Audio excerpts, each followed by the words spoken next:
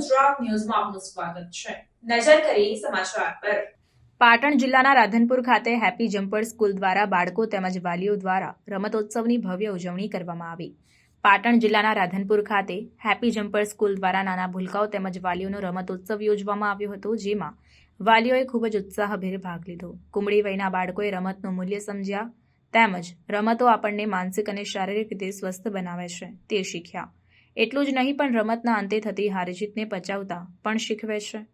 રમતો આપણા જીવનનું અમૂલ્ય અંગ છે। આવી આગવી સમજ શાળાના પ્રિન્સિપલ પ્રીતિબેન ઠક્કરે બાળકોને આપી તેમજ વાલીઓને પણ બાળકોની સાથે રમતોની મજા માણી અને તેમના બચપનને વાગોડ્યું હતું। આ સમગ્ર કાર્યક્રમની તૈયારી સુજાન મેમ દ્વારા તેમજ જમ્પર્સ પરિવાર દ્વારા કરવામાં આવી, જેમાં ગોતરકાના સંત નિજાનંદ બાપુ તેમજ રાધનપુરના પ્રતિષ્ઠિત બિલ્ડર એવા રામ સેવા સમિતિના પ્રમુખ પ્રકાશભાઈ દક્ષિણી તેમજ રાધનપુર શહેરના અન્ય આગેવાનોએ હાજરી આપી હતી અને બાળકોના તેમજ વાલીઓના ઉત્સાહમાં ચાર ચાંદ લગાવ્યા હતા।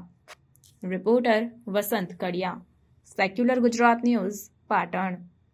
એટલે ખૂબ રાજીપો થયો। જે મહેનત કરી છે શિક્ષકોએ, ટીચરોએ જે મહેનત કરી છે, મહેનત બનાવી દેખાય છે મેદાનમાં, અને પ્રીતિ મેમે જે આ એક અલેખ ગાયો છે એમની આમાં હું તમને પૂછું, કોઈને ભણેલા હોય તો, સર હોકિંગ્સનું નામ કોણે સાંભળેલું છે? સર હોકિંગ્સનું નામ કોઈ સાંભળ્યું છે? પેરેન્ટને પણ કહું કે તમે પણ ભણવાનું ચાલુ કરો। એક જ ભાઈનો આદર થયો છે, તમે પણ ભણવાનું ચાલુ કરો। સર હોકિંગ્સની ચેર મેં જોયેલી છે, ઓન સ્ક્રીન જોયેલી છે। બીજા નંબર પર મને એમ લાગે છે કે પ્રીતિ મેમની ચેર છે ને સર હોકિંગ્સ। પ્રયોગો માત્ર ભૌતિક શાસ્ત્રમાં નથી હોતા, પ્રયોગો માનવ શાસ્ત્રમાં પણ હોય છે, અને આ માનવ શાસ્ત્રની સૌથી મોટી લેબોરેટરી છે, જે બાળકોને તૈયાર કરી શકે છે, જે નવી પેઢીને તૈયાર કરી શકે છે, જેના ન્યુરોન્સ પૂરેપૂરા 5.5 વર્ષે બની ચૂક્યા છે। એ ન્યુરોન્સને જે એક ચોક્કસ ગરડમાં લાવી અને એનું ડિઝાઇનિંગ કરી શકે છે ને, એ દુનિયાનો સૌથી મોટો તપેશ્વરી વ્યક્તિ છે। અને એવું એક પર્સન જે છે ને કહી શકું, પર્સનાલિટી કહી શકું, તો એ મેડમ છે, પ્રીતિ મેડમ છે। એટલે અહીંયા હું સમય નહીં લઉં કારણ કે સ્પર્ધાઓ બાકી છે, પણ એટલો આવીને મને રાજીપો થયો છે। અને સ્પર્ધાઓ જોઈ છે ને, એમાં છોકરાઓની સ્પર્ધાઓ જોવાની જે જમાવટ હોય છે, એમના છબરડા, એમના તબડકા। હા, એક તો એવો નીકળ્યો તે મને એમ થયું રાજકારણમાં જશે, બ્લુ ટી શર્ટ હતો। હા, એની જે અત્યારથી જે ચીટિંગ કરવાની ક્ષમતા છે, મને જો ક્યારે મોટો થઈને ખૂબ મોટો નેતા બનવાનો, અને હું તો આશીર્વાદ આપું કે એ બને એમ। તો કેટલાક ધીરજવાળા છોકરા જોયા કે ભાઈ શું ઉતાવળ છે દુનિયામાં, શું નાહી જવાનું છે, શાંતિ શાંતિ બધું થાય છે, એટલા બધા શિથિલતાપૂર્વક એ ચાલ્યા છે, ગંભીરતાપૂર્વક। બધી મેન્ટાલિટી આ છે ને, આના ઉપરથી આવનારા ભવિષ્યનું, ભારતના ભવિષ્યનું એક ચોક્કસ એક ચિત્ર બની શકે છે, એક આંકલન બની શકે છે। અને એક નાનકડી વાત સાથે વિષય પૂરો કરું કે ઘરેથી દીકરો દીકરી નાના હતા અને રમતા રમતા સોસાયટીનો ઝાપો ખોલી બહાર નીકળી ગયા, અને એમણે એમના પેરેન્ટ્સને જે બહાર નીકળતા જોયેલા એ પ્રમાણે એ જ એક્ટિંગથી નીકળ્યા, અને એમણે સામે જ એક મોટી રમકડાઓની દુકાન હતી, ટોયસની દુકાન હતી, અને એમાં ગયા, અને એમની પાસે પેલા કાર્ડ્સ ભેગા થયેલા, જે એમણે કાગળમાંથી બનાવેલા એ કાર્ડ્સ ભેગા થયેલા, એ લોકો એને પૈસા સમજે, એને કરન્સી સમજે, અને એમણે ત્યાં જઈ અને દુકાનમાં જઈને આમાં બહુ વ્યવસ્થિત રીતે એમણે ટોયસના ભાવ પૂછ્યા, અને પછી 2 ટોયસ પસંદ કર્યા, લઈ લીધા, અને એમણે પૂછ્યું કાલી ગયેલી ભાષામાં કેટલું પેમેન્ટ કરવાનું છે। મેનેજર બહુ ઉંમરવાળો માણસ હતો, એ જોઈ રહ્યો હતો। પેલા લોકો છણકો કર્યો, રમકડા પડાવી લીધા અમને, એણે કીધું કે નહીં, એમના પૈસા લઈ લો પહેલા, અને એમણે એક એક કરીને કાગળની જે પોતાની બનાવેલી કરન્સી હતી એમણે એક એક કરીને એમણે કીધું હજુ કંઈ ખૂટે છે, હજુ કંઈ આપીએ? પહેલા કીધું કે નહીં, તમે જે પ્રાઇસ છે ચૂકવી દીધી છે। એ લઈને નીકળી ગયા।